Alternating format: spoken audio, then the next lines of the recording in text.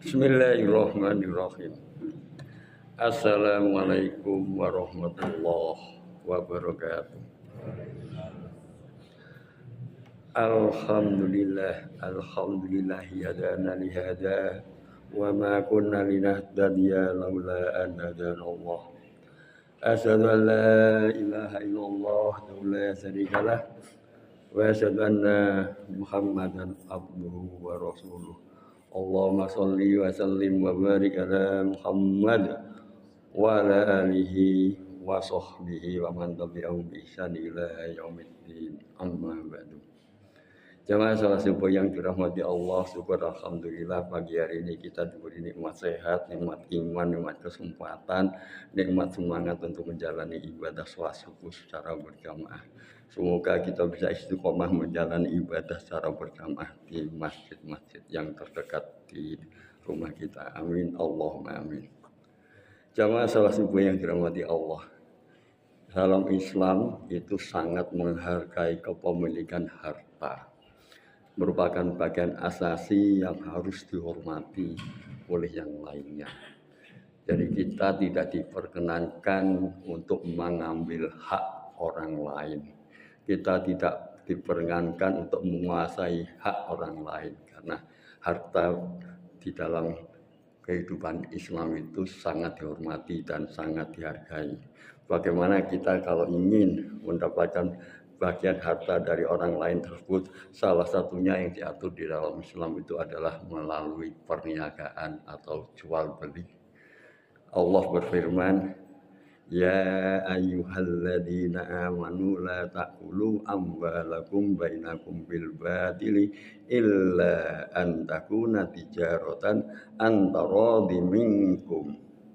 Wahai orang-orang yang beriman, janganlah kamu memakan harta sesamamu dengan cara yang batil atau tidak benar, kecuali berupa perniagaan atas dasar suka sama suka di antara kamu. Quran Surat An-Nisa.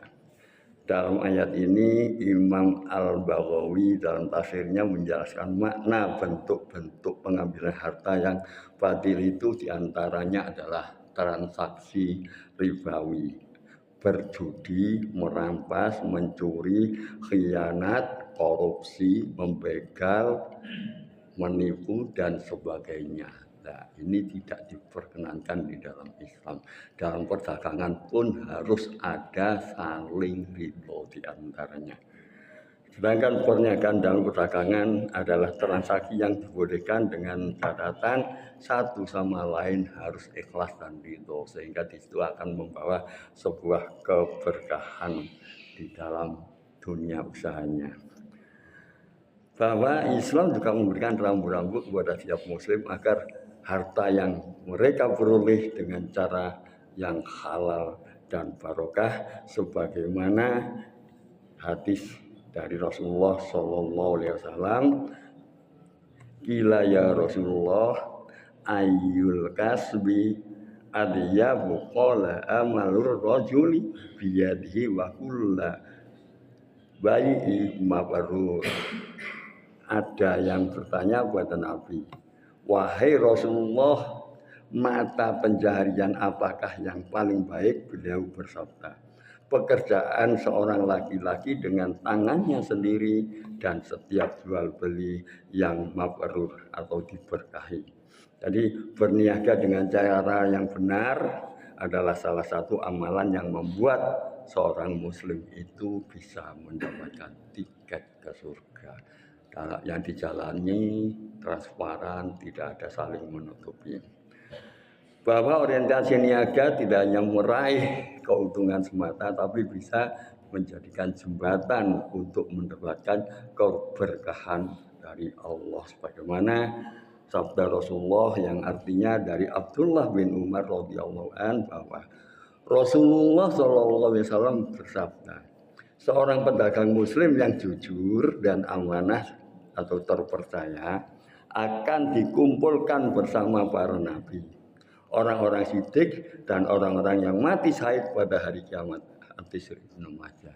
Jadi dengan cara berdagang ini juga bisa salah satu kita mengambil tiket menuju surga. Tapi dengan catatan harus transparan, jujur, dan saling ridho antara penjual dan pembeli. Tidak terselip rasa penipuan apapun di dalamnya. Jadi dengan demikian di dalam aktivitas Islam tidak dibenarkan memisahkan duniawi dan ukhrawi. Islam adalah landasan utama yang menjadi pedoman hamba dalam menjalankan kehidupannya. Maka tidak ada unsur dikotomis pemisahan yang jelas antara urusan dunia dan akhirat.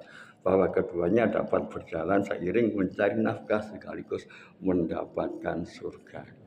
Nah, kita harus tahu apa saja prinsipnya kita agar dalam dunia usaha, dalam kita berdagang bisa meraih tiket ke surga. Yang pertama adalah jujur dan amanah. Ini adalah prinsip dasar dalam berniaga dalam Islam, karena berniaga dengan kebohongan dan khianat sama artinya dengan melakukan kezaliman terhadap harta orang lain. Sama artinya kita mengambil harta mereka dengan cara yang batil. Misalnya barang buruk dikemas dengan kemasan yang baik, dikatakan barang itu baik sehingga orang tertarik dengan kemasannya dengan nilai yang seharusnya tidak seimbang dengan barang yang dibayar. Itu juga termasuk kebohongan. Nah, itu akan membawa bencana bagi dunia usaha kita. Juga dalam dunia usaha juga misalnya mengurangi timbangan, itu sangat dikecam oleh Allah. Wailul lil mutaffifin.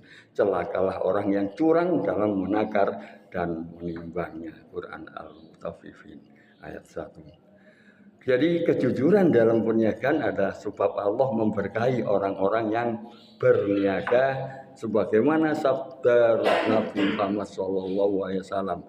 Dua orang yang saling berniaga memiliki hak pilih selama mereka belum berpisah. Jika keduanya jujur, maka keberkahan dilimpahkan pada jual beli mereka.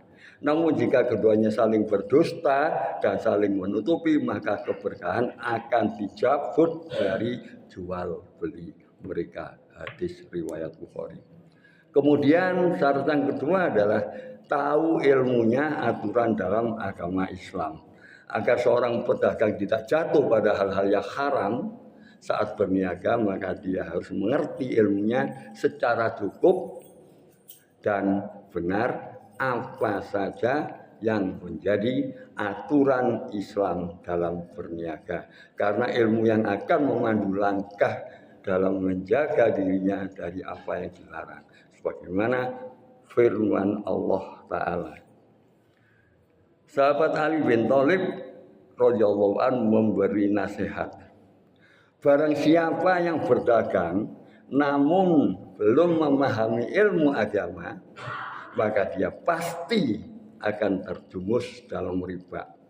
Kemudian dia akan terjerumus ke dalamnya dan terus-menerus terjerumus. Jadi orang yang tidak memahami dunia dagang, tidak memahami syariat Islam, maka akan terjerumus. Contoh konkretnya misalnya menjual barang kalau kontan ini 100.000, ini dibayar 3 kali menjadi 110.000. Nah, inilah 10.000 di dalam penambahan angsuran ini yang akan menjadikan sebuah ribawi. Jadi ini harus benar-benar dipahami. Bahkan Umar bin Khattab ketika menjadi khalifah memberikan aturan dalam pasar kaum muslimin sebagaimana yang dikatakan beliau, janganlah seorang berdagang di pasar kami sampai dia paham betul ilmu agama dalam hal berniaga. Oleh karena itulah seorang pedagang harus memiliki pemahaman yang cukup terkait dengan apa itu yang disebut riba, judi, gharar. Gharar itu adalah pembelian sesuatu yang tidak jelas. Contoh gampangnya, ada sebuah sapi yang bunting. Kemudian sapi itu belum dilahirkan. Karena tahu, oh ini hasilnya IBC mental, pasti hasilnya bagus. Sudah Pak, di dalam kandungan ini saya beli 5 juta. Padahal belum tentu hasilnya nanti bagaimana. Nah, inilah yang disebut horor. Kalau orang Jawa mengatakan ijon. Atau katakanlah ada durian yang bunganya lebat sekali. Sudah tak tebas untung-untungan saya. Sifat untung-untungan ini dalam ekonomi Islam tidak boleh. Goror kecil, goror besar, goror kecil kerugiannya kecil, goror besar kerugiannya besar. Ini tidak dibenarkan. Juga aturan-aturan lain yang mengatur tentang tata niaga yang harus kita pahami. Ini yang kedua. Kemudian yang ketiga, menunaikan kewajiban harta. Orang yang mencari penghidupan lewat niaga harus ingat bahwa di dalam harta mereka yang dihasilkan ada hak orang lain yang mereka harus tunaikan. Maka dalam perniagaan ada zakat wajib yang harus dikeluarkan jika haul dan nisabnya telah terpenuhi. Hal ini berdasarkan keumuman perintah Allah dalam Al-Quran. Ya ayyuhalladzina amanu anfiqu min thayyibati ma kasabtum wa mimma akhrajna lakum minal ardh. Hai orang-orang yang beriman, nafkahkanlah di jalan Allah sebagian dari hasil usahamu yang baik-baik dan sebagian dari apa yang kami keluarkan dari bumi untuk kamu. Al-Baqarah ayat 267. Ayat ini dimaknai oleh para mufasir seperti At-Tabari, Ibnu Arabi dan lainnya sebagai wajibnya zakat perniagaan karena termasuk harta yang diusahakan manusia. Adapun kriteria haul dalam zakat niaga adalah hitungan 1 tahun Hijriah dan nisabnya setara 85 gram emas. Jika kriteria ini telah terpenuhi, maka seorang pedagang wajib mengeluarkan zakatnya 2,5%. Bahkan dalam Islam pun kemampuan manajemen menjadi profesional dalam dunia usaha pun ini sangat-sangat dihargai. Sebagaimana sabda Rasulullah SAW dari Aisyah radhiyallahu anha qala Rasulullah sallallahu alaihi wasallam innallaha ta'ala yuhibbu idza amila ahadukum amalan ayyuskinah. Dari Aisyah radhiyallahu anha, sesungguhnya Rasulullah sallallahu alaihi wasallam bersabda, sesungguhnya Allah mencintai seseorang yang apabila bekerja mengerjakannya secara profesional. Di dalam dunia usaha pun demikian. Jadi harus dibekali ilmu yang mumpuni sehingga manajemennya terukur dan mengerti syariat Islam sehingga tidak terjebak pada pendoliman diri dengan cara-cara yang tidak benar. Inilah yang bisa saya sampaikan pagi hari ini, semoga bermanfaat. Aqulu qouli hadza wa astaghfiru innahu huwal ghafurur rahim. Assalamualaikum warahmatullahi wabarakatuh.